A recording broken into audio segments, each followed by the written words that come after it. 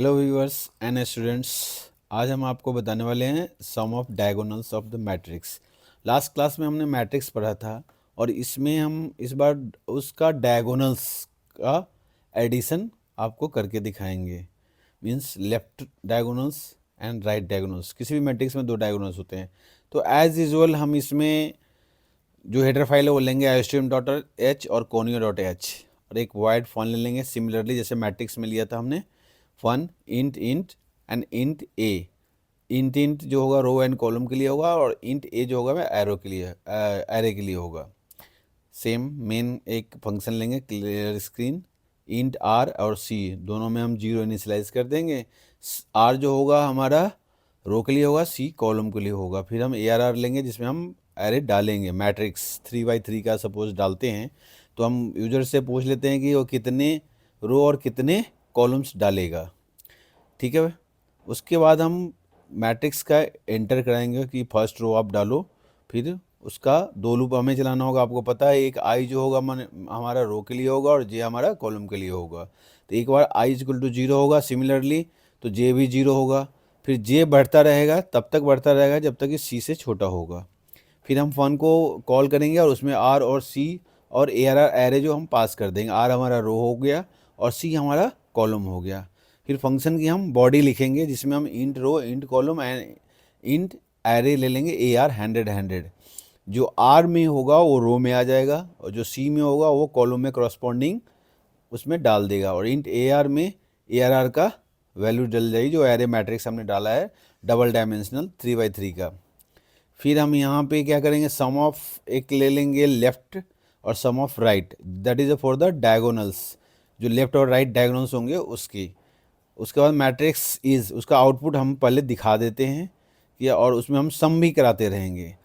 देखो लॉजिकली क्या होता है कि आपका आई और जो के होगा, आई और के होगा तो आपका लेफ्ट डायगोनल्स जो होगा वो चलता रहेगा। जब भी आई के होगा इक्वल टू हो जाएगा तो लेफ्ट डायगोनल चलेगा।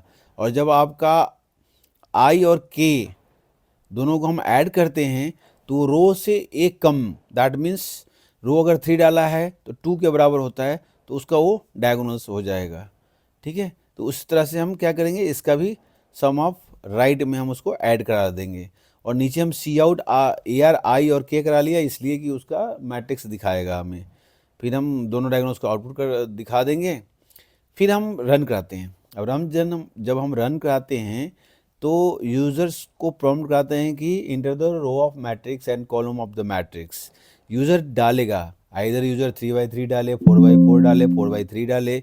वो डिपेंड करता है यूज़र पे कि वो कितने रो और कितने कॉलम का मैट्रिक्स डालना चाहता है। तो यूज़र इसमें सबसे पहले क्या करेगा, रो डालेगा। जब रो डल जाएगा उसके बाद वो नंबर ऑफ कॉलम डालेगा। सपोज हम यहाँ पे एक एक डालते हैं तो 1x1 का मैट्रिक्स आएगा जिसका कोई मतलब है नहीं हालांकि, क्योंकि एक ही नंबर आएगा तो एक ही वैल्यू लेगा हमारा। तो सम ऑफ वैल्यू 1 है तो 1 1 ही दिखाएगा। तो अब हम फिर से इसको हम रन कराते हैं। हमने एक आर नीचे दे दिया ताकि एरर शो करे। आप देखिए एरर शो किया, that means declaration syntax error है। दैट मीन्स ये कुछ ऐसा चीज़ है जो हमारे को वहीं पे लेके जाता है उस लाइन में और हम उसको हटा देते हैं एज रिक्वायर्ड। अब now enter the row of matrix 3x3 का हमने डाला। फर्स्ट रो का डालेंगे, जैसे 1 हमने डाला, फिर हम 2 3। फर्स्ट रो हमारा क्या 1 2 3। सेकेंड रो में हम 6 7 एंड 8 डाल देते हैं। अब हम थर्ड रो में डालेंगे 7 9 और 8। इसलिए हमने चेंज कर दिया है क्योंकि हमें डायगोनल्स का एडिशन दिखाने हैं। आप देखेंगे जो लेफ्ट डायगोनल है वो क्या है 1 7 8। कितने हो गए 16। 1 7 8 is 16 and right diagonal 3 7 7 that is a 17। तो दैट इज आउटपुट।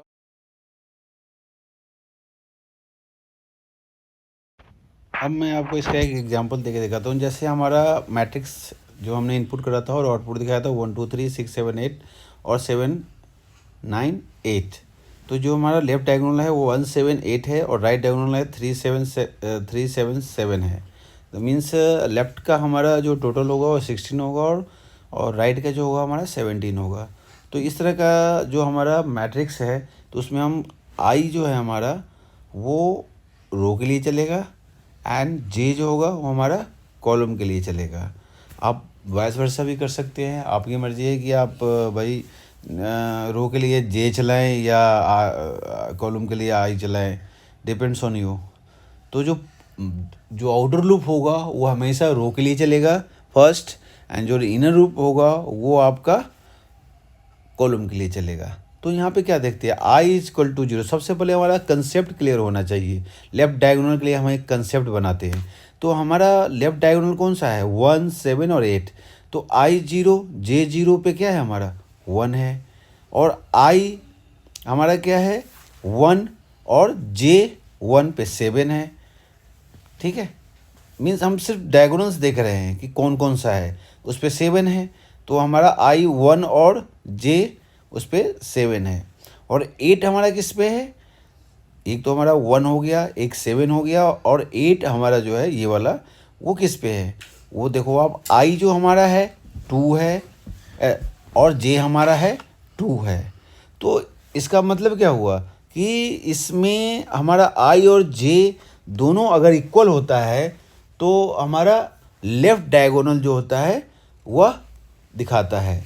तो हम ऐसा करेंगे कि हम लूप में जब हम लगाएंगे तो लेफ़्ट डायगोनल का सम हम कराएंगे, वहाँ पे कंडीशन लगाएंगे कि इफ़ आई और जे इक्वल है तो जो हमारा लेफ़्ट डायगोनल है उसको ऐड कर दो। दैट मीन्स हम लिखेंगे ए आर आर का आई और जे।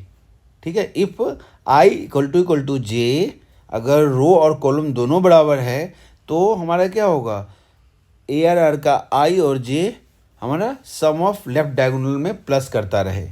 उसी तरह से जब आई 1 होगा, वी 1 होगा, जे भी 1 होगा तो दूसरा वाला प्लस कर देगा, यानी कि 7 प्लस करेगा, 8 हो गया हमारा।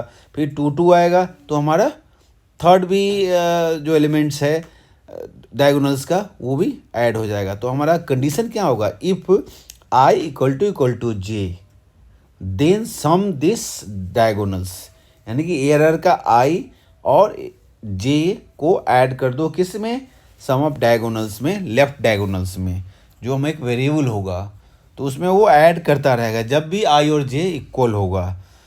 ठीक है, तो सबसे पहले हमारे को क्या होता है कि कंसेप्ट निकालना होता है कि किस तरह से होगा, क्योंकि किसी भी चीज़ को आप याद रट के नहीं कर सकते, उसको लॉजिकली समझना पड़ता है कि ये आता कैसे है। सॉरी, जैसे आपने देखा होगा कि आप जब रीजनिंग का कोई क्वेश्चन करते हैं तो भी आपको लॉजिक बैठाना पड़ता है।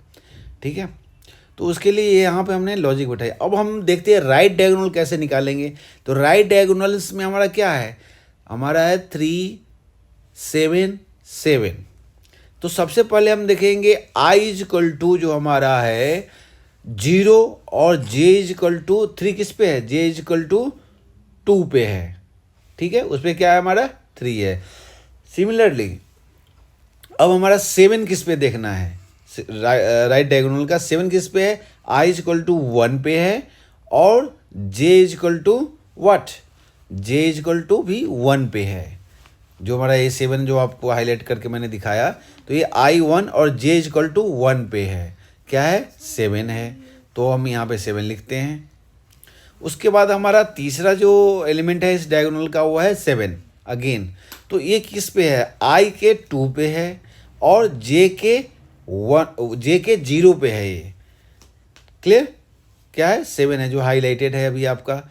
अब यहाँ पे थोड़ा सा देखने वाली चीज़ है कि जो I0 J2 होता है, I1 J1 होता है, J2 I2 J0 होता है, तो हमारा डायगोनल्स निकल जाता है राइट। तो इसका मतलब कि हम अगर इनको जोड़े आई और जे को अगर हम जोड़ते हैं, ऐड करते हैं, तो क्या आता है 2 आता है। 0 और 2 को जोड़ोगे तो 2 आएगा, 1 को बच्चों जोड़ोगे तो 1 + 1 = 2 आएगा, 2 इक्वल टू आपका 0 को जोड़ोगे तो 2 आएगा। तो हमने इसमें क्या डाला है, 3/3 का मैट्रिक्स डाला है। तो हमें इस चीज़ पे थोड़ा गौर करना होगा कि 2 वैल्यू आ रही है, उस पर डायगोनल निकल रहा है। तो हमारा जो है सी जो है वो क्या है, या रो जो क्या है 3/3 का है, तो 3 जो है उसमें से हम टू तक ही चलाते हैं, तो रो माइनस वन कर दें। अगर I plus J equal to row minus one होता है तो क्या करें, ए आर आर का आई और जे को वो राइट डायगोनल में ऐड कर देगा, तो आपका राइट डायगोनल निकल गया। तो हमने क्या देखा है कि लॉजिक हमने यहाँ से निकाला है, लॉजिक हम उसको रफ वर्क करते हैं, वहाँ से हम लॉजिक निकालते हैं कि कैसे होगा, क्योंकि किसी प्रोग्राम को आप ऐड रट नहीं सकते। आपको अच्छा लगा हो तो लाइक कीजिए, सब्सक्राइब कीजिए। थैंक